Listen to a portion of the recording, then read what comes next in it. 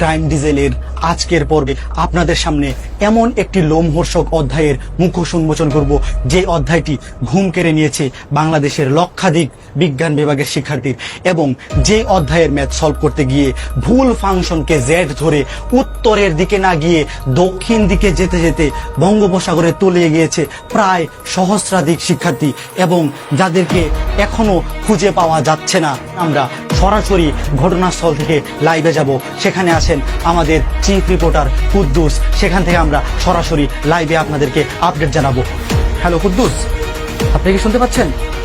Hello, হ্যাঁ জি, দুঃখিত, আমরা সরাসরি আপনাদেরকে কিছু জানাতে পারছি না, কারণ আমাদের চিফ রিপোর্টার কুদ্দুস সে নিজেই কিনা ইন্টিগ্রেশন চ্যাপ্টার স্কিপ করে এইচএসসি এবং অ্যাডমিশন পার হয়ে চলে আসছে।